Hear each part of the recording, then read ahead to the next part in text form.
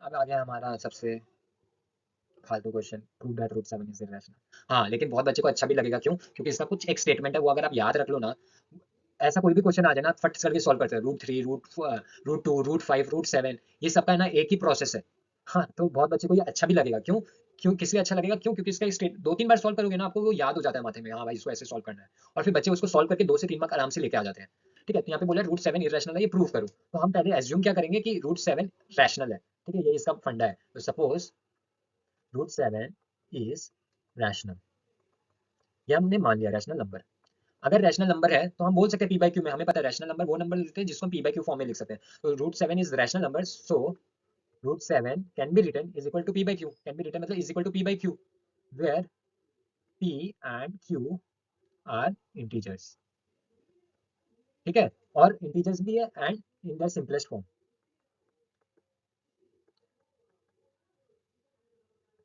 In the simplest form का मतलब क्या होगा कि आप इसका सिर्फ एक ही फैक्टर होगा 1, दोनों का पी और क्यू का एक ही फैक्टर होगा 1। जैसे 2/3 अगर हम ले लें तो 2 और 3 सिर्फ 1 का टेबल में आएगा, बाकी कोई का टेबल में नहीं आएगा। तो 2 और 3 क्या हो गया? रैशनल नंबर और अपना सिंपलेस्ट फॉर्म में। सेम बात मैंने यहाँ पे लिखी है। तो अब मैं बोल सकता हूँ, अगर मैं ये चीज को स्क्वायर कर दूं, अगर ये चीज को स्क्वायर कर दूं, स्क्वायरिंग बोथ साइड, तो मैं ऐसा लिख सकता हूँ, सॉरी, तो मैं ऐसा लिख सकता हूँ कि 7 is equal to P by q का स्क्वायर। क्यों? क्योंकि मैंने स्क्वायरिंग किया, स्क्वायरिंग बोथ साइड। अब इसको सॉल्व कैसे करेंगे वो तो मैंने आपको बताया नहीं। हमारा अप्रोच ये रहेगा इसको सॉल्व करने का कि पहले हम इसको दिखाएंगे कि ये एक रैशनल नंबर है। ठीक है, फिर हम इसको सॉल्व करने बैठ जाएंगे, जैसे अभी मैं दिखाया, रूट हटा देंगे, फिर इसको आगे और सॉल्व करेंगे। फिर है ना, एंडिंग में हम क्या दिखाएंगे? हम ये दिखाएंगे इसका 1 के अलावा भी और एक फैक्टर है। 1 होना चाहिए, वो तो हमने स्टेटमेंट में ऊपर बोल दिया। 1 के अलावा भी दूसरा फैक्टर है, मान लेते 2 है, सपोज एग्जांपल दे रहा हूँ, 2 है या 3 है।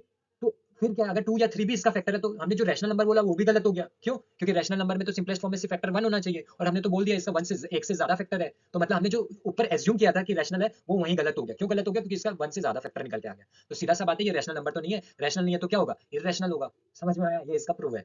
ठीक है, तो अब इसको हम सॉल्व करते हैं। तो हम इसको अब हम ऐसे लिख सकते हैं, p square is equal to 7 Q square. ठीक है, स्क्वायरिंग बोथ साइड का, तो ऐसे। अब मैं इसको ये बोल सकता हूँ, P square is equal to 7 Q square, तो P square is divisible by 7। अब आप बोलोगे सर ये स्टेटमेंट कहाँ से आ गया, डिविजिबल बाई 7? देखो, अब मैं इसको फटक से शॉर्ट में समझाता हूँ। मैं बोलता हूँ एक्स इज इक्वल टू 5, क्या 5 2 से डिवाइड होगा? नहीं होगा। अब मैं बोल देता हूँ x is equal to 5 into 2। अब क्या ये सेकंड स्टेटमेंट 2 से डिवाइड होगा? आप बोलोगे हाँ हो जाएगा, 5 2 10, 10 2 के टेबल में तो 10 आता है। सेम बात यहाँ पे भी है। यहाँ पे भी आप ये समझो, अगर मैं लिख देता p square is equal to q square, तो आप नहीं बोल सकते थे ये 7 से डिविजिबल है या नहीं। लेकिन जब स्टेटमेंट ऐसा हो गया, p square is equal to 7 Q square, जैसे यहाँ पे 2 लगाया तो 2 से डिविजिबल हो गया, 3 लगाता तो 3 से हो जाता, 4 लगाता तो 4 से। आप ट्राई कर लेना।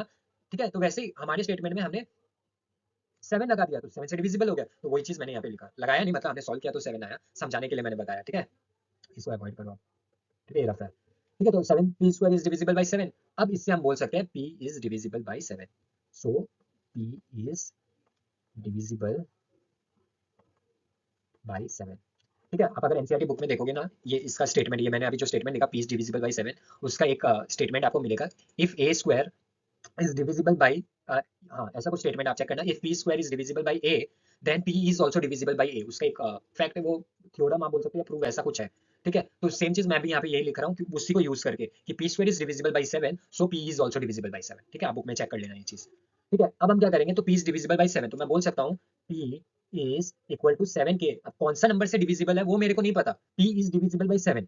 ठीक है, ये मैंने बोला, तो इसका मतलब क्या हुआ कि मेरे को नहीं पता कि 7 के साथ और कौन सा नंबर है। जैसे यहाँ पे था, पहले 5 था, फिर मैंने 2 लगाया। अब मैंने बोला कि 5 इंटू 2, ये जो स्टेटमेंट है इज डिविजिबल बाई 2।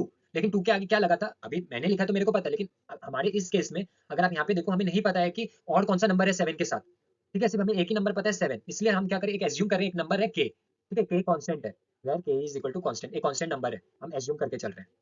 समझ में आया आपको? एक नंबर है, मेरे को नहीं पता, तो 7 is equal to, sorry, p is equal to 7 k. P is equal to 7 के, इसको हम बोल देते हैं, ये हम इसको लिख देते हैं स्टेटमेंट 1। ये जो हमारा ऊपर वाला था इसको स्टेटमेंट 1 बोल देते हैं। तो स्टेटमेंट 2 क्या हो जाएगा फिर? अब ये जो निकले, therefore p is equal to 7 k late. अब मैं ये बोल सकता हूँ क्योंकि p square is equal to 7 Q square, ये इसको हमने 1 लिया, तो पी इज इक्वल टू 7 के। अब ये मैं यहाँ पे पुट कर सकता हूँ, पुटिंग इन 1। ठीक है, इक्वेशन 1। तो पुटिंग इन इक्वेशन 1, थोड़ी हैंडराइटिंग खराब है, ठीक है, एक्सेस करना आप लोग, इसलिए मैं थोड़ा ज़्यादा बोल रहा हूँ कि आपको समझ में आए, क्योंकि लिखा हुआ तो मेरे को खुद को समझ में नहीं आ रहा। ठीक है, तो पुटिंग इन इक्वेशन 1, तो क्या हो जाएगा, पी स्क्वायर की जगह आ जाएगा 7 के का होल स्क्वायर, और यहाँ पे क्या आ जाएगा, 7 क्यू स्क्वायर। ठीक है, अब ये भी स्क्वायर, ये भी स्क्वायर। अब 7 को अगर आप इसको खोलोगे, क्योंकि ये होल स्क्वायर है और ये इसमें सिर्फ क्यू स्क्वायर है, राइट साइड में आपका सिर्फ क्यू के ऊपर स्क्वायर है, लेकिन 7 के होल लिया था ना, p इज इक्वल टू 7 के, तो वो होल स्क्वायर है। तो ये क्या हो जाएगा आपका 49 k square is equal to 7 Q square.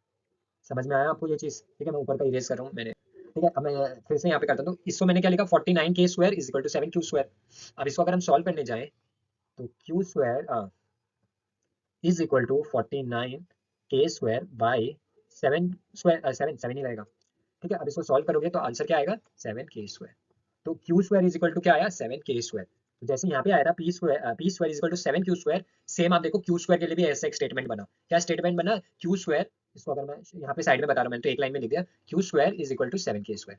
ये आपको ब्रैकेट वाला लिखना नहीं है, समझाने के लिए। ठीक है, ये स्टेटमेंट आया जैसे यहाँ पे आया था, ये देखो आप इस वाले लाइन पे जैसे आया वहाँ पे ऐसा आ रहा है।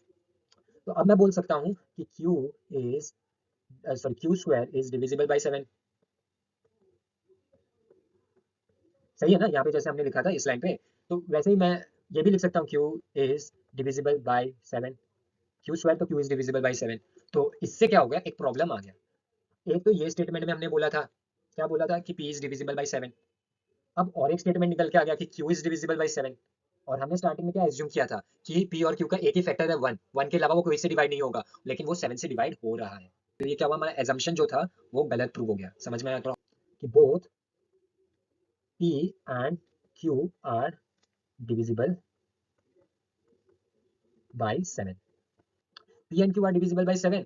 अब यहाँ पे क्या हुआ, कॉन्ट्राडिक्शन हो गया। क्या चीज का कॉन्ट्राडिक्ट हो गया, क्योंकि हमने पहले एज्यूम कर लिया था कि रैशनल नंबर जो हमने माना पी बाई क्यू, उसका एक ही फैक्टर है 1, कोप्राइम हमने लिखा था सिंपलेस्ट फॉर्म। लेकिन अभी अभी हमें एक और चीज पता चला कि 7 भी इसका फैक्टर है। ठीक है, तो ये तो गलत हो गया, क्यों, क्योंकि एक और फैक्टर निकल गया, contradicting the assumption that they have no common factor। ठीक है, तो contradicting the assumption that they have no common factor, तो that's why therefore root 7 is irrational. Rational तो नहीं है वो, इसलिए क्या हुआ, वो इरेशनल बन गया। समझ में आया आपको?